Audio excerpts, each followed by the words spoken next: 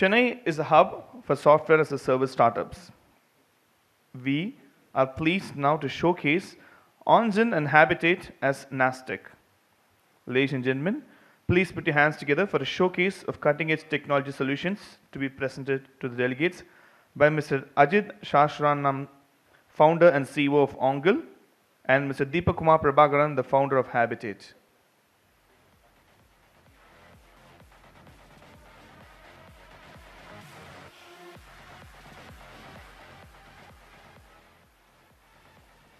I request Mr. Ajith Sahasranamam, the founder and CEO of Ongil, and following him, we'll be having Mr. Deepak Kumar Prabakaran, the founder of Habitat. Thank you.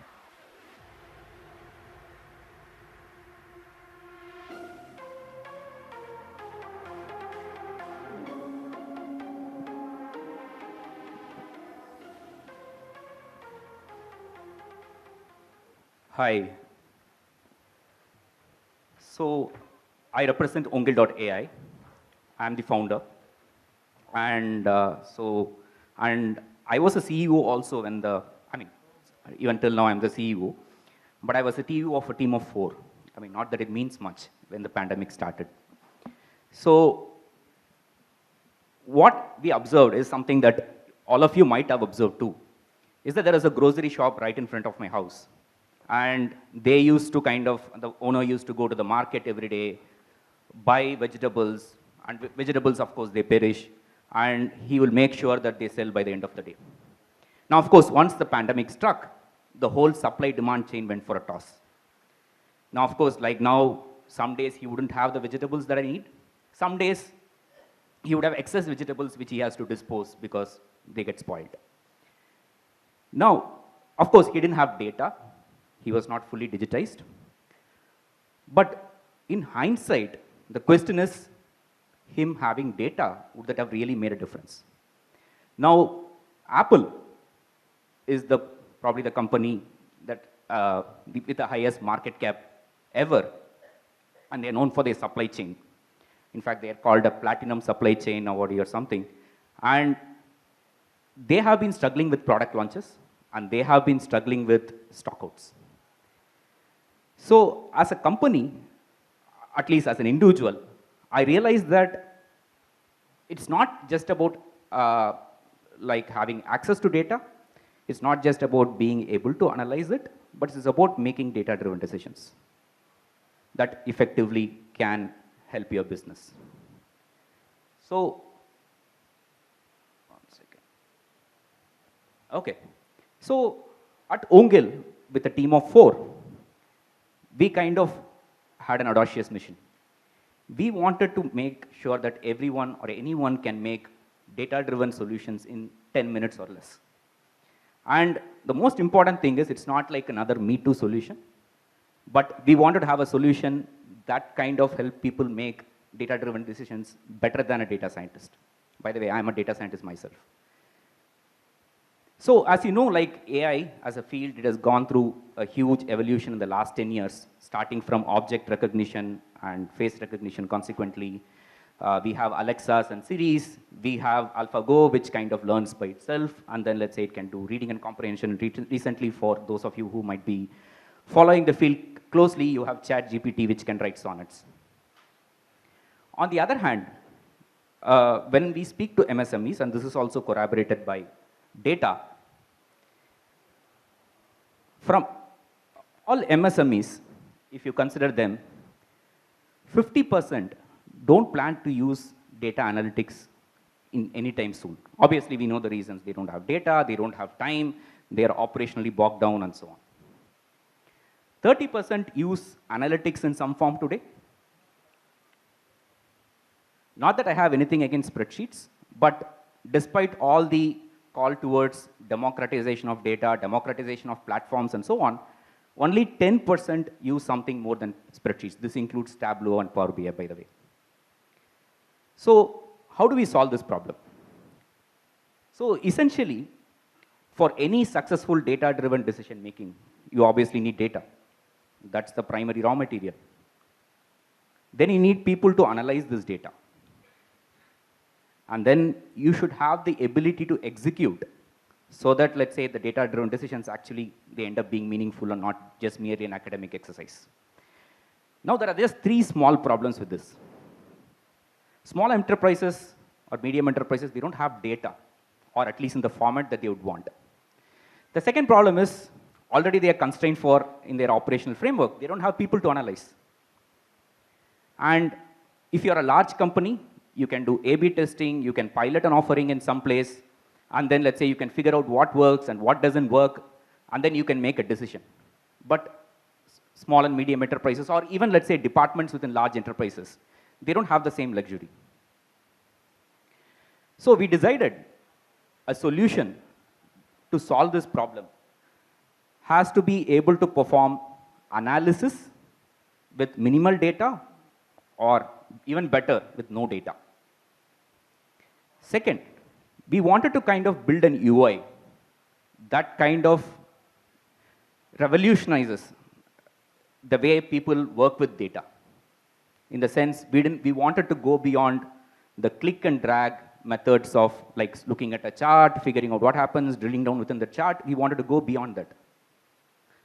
And then we also wanted to make sure that even small businesses or small teams have the opportunity to launch pilots and do A/B testing. Now, I imagine now you probably will agree, at least some of you, that this is indeed an audacious mission. So we built something like this. So anyone with access to any form of a chat interface, now it could be WhatsApp, for instance. By the way, like what I'm showing you is a real use case. So this is, so I mean, some of you who might be knowing, like especially in the US, the toy industry has gone through a lot of churn. Now, what does that mean? It has gone through a churn in the sense, let's say, people have become interested in new toy categories. I mean, we know the supply chain issues from China, so there has been issues. And a lot of toy manufacturers, which is relatively less consolidated compared to other industries, they kind of are left in the lurch. So what we decided, and of course they don't have the data because the situation itself is so dynamically changing. So we kind of came up with a solution, or let's say an implementation of our product, where a toy manufacturer would be able to make data-driven decisions with no data from himself or herself. So this is Ongil.ai. So what you can do is, I don't know if you can see, the chair is probably hiding. So you can go and ask questions saying that, for example, what are the top 3 growing toy categories since 2020, for example, since pandemic struck? It kind of will give you an answer, saying in very crystal clear terms, saying that sales of outdoor toys, board games and puzzles and building sets have grown by more than 30% in the last 2 years. Now you don't stop there. Then you go and find out what is the reason kind of behind why people buy these particular specific categories. So it can tell you, like, obviously people buy for gifting. That is one of the most common reasons. And which consumer segment is most focused on gifting? Obviously, like grandparents, they love their grandchildren. And then you can go on and on. Where do I find the customer segment? Where do I kind of target them? Which stores do they buy from? And so on. And you can also, let's say, go beyond that. In the sense, let's say, if you wanted something visual, you can say that, like, you can simply say plot a given scenario. And then let's say it just simply plots it, as you can see. And then you can even go do one better. You can just, let's say, surprise me with the customer quote, because after all, let's say we relate more to anecdotes than data. So it kind of gives you a customer anecdote. Now you can send me a report, and then it gives you a toys report based on the conversation that you just had. So this is an actual implementation. Now it gives you the entire thing. Now, if you're a toy manufacturer, let's say you can look at this and make a decision. If you're part of a large enterprise, you can send a report and fulfill your KPI. So that is the overall structure. So now, what does it mean? Now, let's say we have finished 2 parts. You don't require data. You don't require a person to analyze it. You can just simply chat with the chatbot. Now, what is the next part? Like, you kind of need to run experiments. So what we came up with was an interface which kind of can help you run experiments by generating campaigns automatically. So you can just like run social media experiments with different things. It will generate the creatives. It will automatically run the experiments and tell you what works and what doesn't work. So essentially, like if you look at our the space that we operate in, So you have a case where you get actionable insights by working with data science, but data scientists, but it's obviously hard to come by. And then on the other hand, you have only information providers in the form of visualization tools and spreadsheets. But of course, I promise that we'll do one better. So we wanted to be better than data scientists. We wanted to be easier to use than Tableaus and Power BIs of the world. So essentially, you collect data, you bring external context, you visualize, and you create reports or, let's say, insights. Now, this is what people do. Now, this is what we want to replace with Ongil. And then let's say we are kind of actually already seeing 10x reduction in effort and consequently 10x increase in insights that people can use. So thanks all for listening patiently. And yeah, the whole goal for us is to be audacious, collaborative, magical, and give our customers tools so they can challenge conventions and then create revolutions. That's the idea. Thanks a lot. Thank you.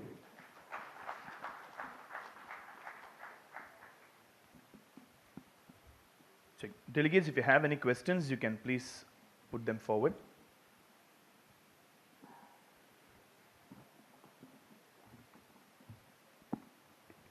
So if you want to try those questions through Ongil chatbot also, you can try.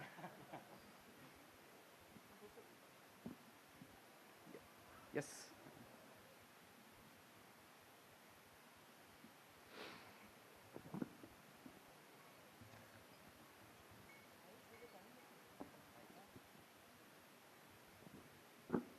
Thanks for the explanation here. This is Alex Raj. So my question is that, are you following any intents on the chatbot? No, it's a data-oriented. Are you using any AWS Lambda or anything specific to that? Because if I'm a customer, I'm going to a chatbot, I make an intent, it should return what I really required, but it's a challenge in artificial intelligence, right? So I used to have handling one project called Team Turing, where we have the intents in one place, and we call and integrated the Lambda in another platform. So what are the challenges that you can take it up for the customers, Yeah. You have a CTO sitting right in front of you who speaks about this specific aspect, and that's something we are focusing on. So the chatbot itself, it sits on top of an AWS Lambda specifically, so that let's say it can answer like analytics questions on the fly, and then it can scale up. The second part is in terms of intent. I didn't show you the full version of it. So what it also does is it kind of learns from throughout the organization on what kind of questions that people ask. So we have an interactive query mode where the chatbot itself suggests intent based on, let's say, that person's learning, and as well as, let's say, what happens in the organization. In fact, we go on top of it. We pick up one advantage that we also have is, like, especially when we work with small and medium enterprises and totally with external data. The point is, let's say, then we are not bound by, let's say, only with data privacy and so on. So we can also learn from the similar field, and then, let's say, also prompt customers saying that these are the things that people are looking for in general. And then, let's say, therefore, most likely that will probably, hopefully, align with their intent. That's what we are trying to do. Thank you. Yeah. There is a question.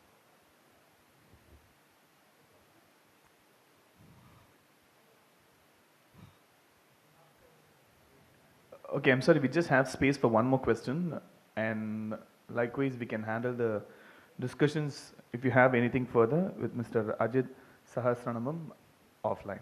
Or as he said, I can send you the chatbot link. Yeah.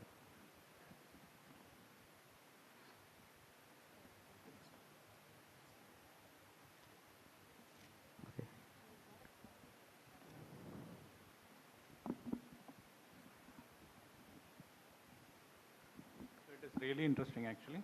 So my question is how authentic data it is from the back end, and is it any domain specific, or it can answer for anything?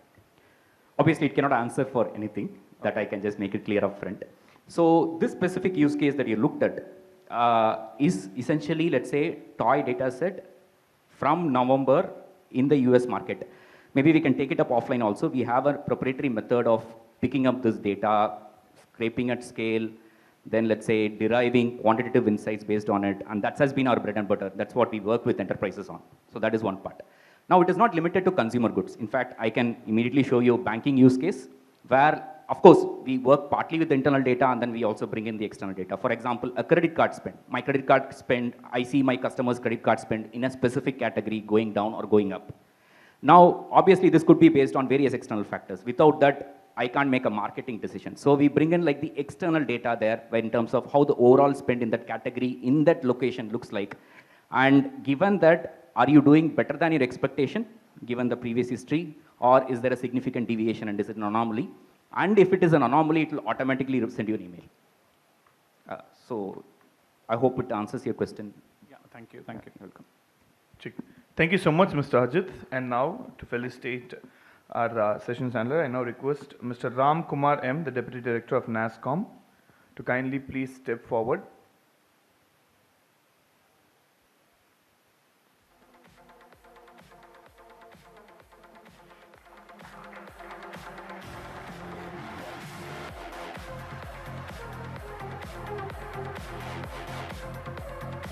Thank you so much, Mr. Ram Kumar, and thank you so much, Mr. Ajith. Up next, we'll be having Mr. Deepak Kumar Prabakaran, the founder of Scrollme.today, to take us through his showcase of cutting-edge technology solutions.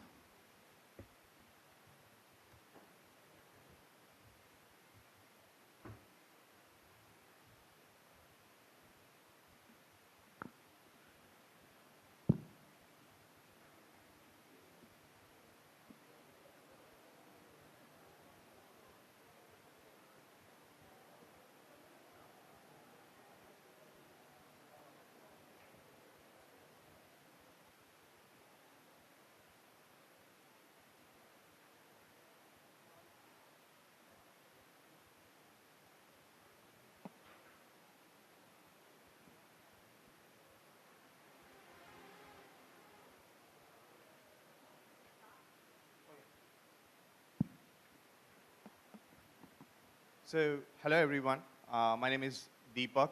I've been building startups, products for the last almost 6.5 years now. I was part of the NASCOM 10,000 Startup Initiative, I think 4 years ago, and building multiple products, some in the SaaS segment, some in the consumer segment. I sold one of them, and now currently I'm building Scrollme. So while we wait for the presentation to come up, I want to keep this a little bit more interactive. Have a few questions to ask you, and you can answer me by raising your hands. I want you to answer this question on behalf of yourself as well as the brand or the organization that you're representing for. How many of you in here make use of Instagram to post your content? If you're using Instagram, please raise your hand. Very few, okay? And how many of you are making use of Twitter? Better than Instagram. Okay. How many of you use LinkedIn? Okay. YouTube. Medium. Substack, which is a newsletter platform, or any other newsletter platforms. All right. So as a brand or as an individual, you're putting out content on all of these platforms. You're basically doing is you're creating content, either as an individual or as a brand. And imagine somebody asks you, what is it that you do? What you do is you end up sharing a bunch of links to these people, which creates some sort of bias in the, thank you, so in the minds of the viewer to click on the action, whatever they are active on. But with Scrollme, what we are building is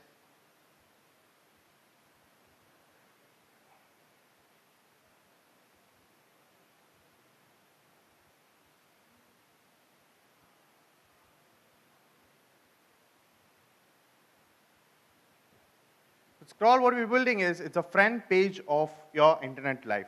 So basically everything that you create on the internet, your Facebook posts, your tweets, the podcast, your Instagram posts, your TikTok reels, everything pulled and organized into one single page. It's organized so beautifully and smartly that when somebody takes a look at it, it's a content-driven flow. So I get to see what type of content that you create on multiple platforms, and then I choose to follow you on those respective platforms. So this is what the product looks like.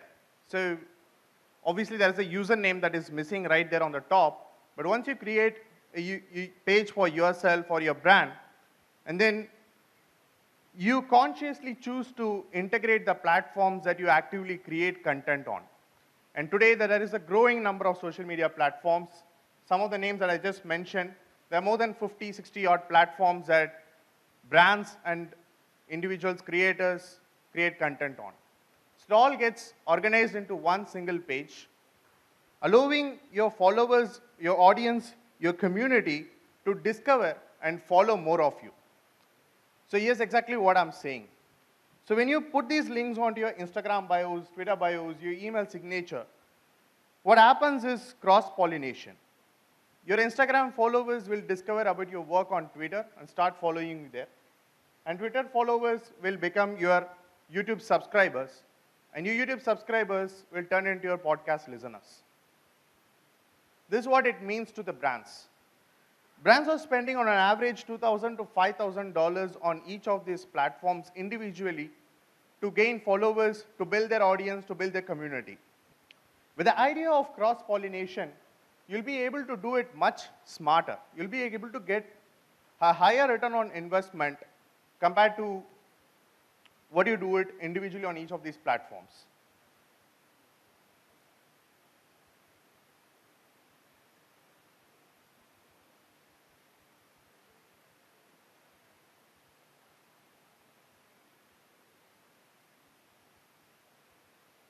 Thanks.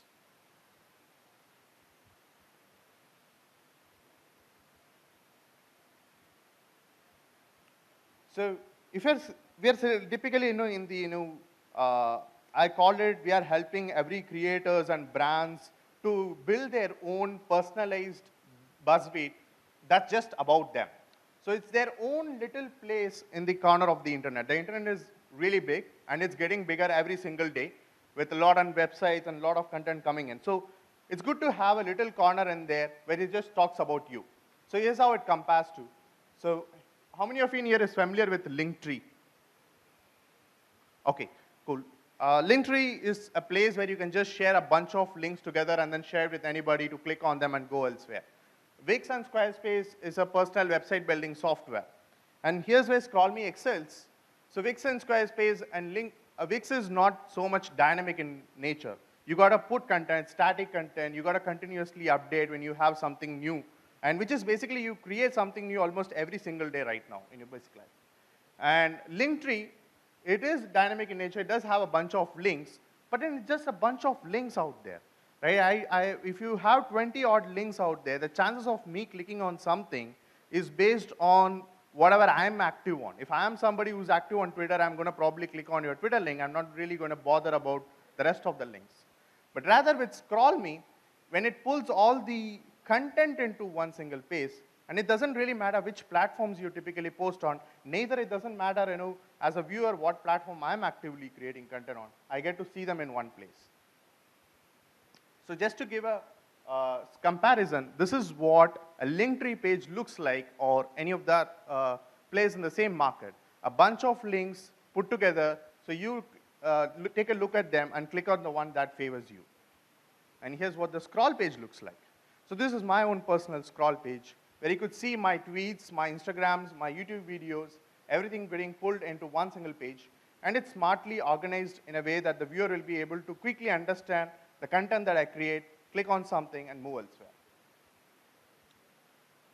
There's something wrong with my presentation. Yeah, so the Scroll Pro, what we're also focusing on is not just the individual accounts, but the community accounts.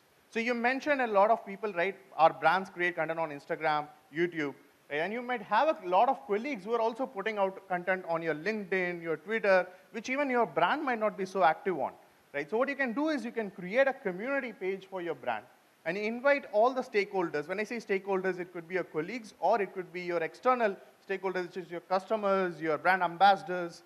Bring them into one single page and create a community page for all of them together in one single place.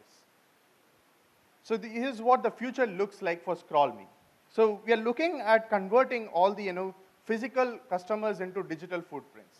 So right now, when you pay something at any store through Google Pay, what it really tells you is a thank you, and that's where the relationship between the brand and the customer ends.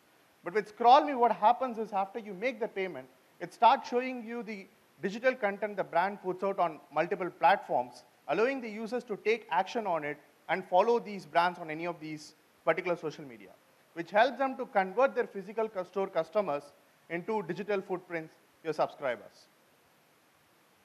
So enough, I've spoken a lot about how it functions. I've shown a few screenshots as well. But if you're curious to see how a scroll page typically looks like, just scan this page and you'll be taken to one of our customers' scroll page to see how it functions. And if you want to create your own scroll page, you'll see a button right there. You can click on it and join the waitlist. That's my presentation. It's called Scrollme.today. Go to the website and you can learn more about it. Thank you so much, Mr. Deepak Kumar Prabakaran. Unfortunately, due to the time constraints, we are skipping off the Q&A with Mr. Deepak Kumar, and he'll be available offline. You can contact him at your wish. And I now request Mr. Ram Kumar M., the Deputy Director of NASCOM, 10,000 Startups, to kindly please felicitate Mr. Deepak Kumar Prabakaran.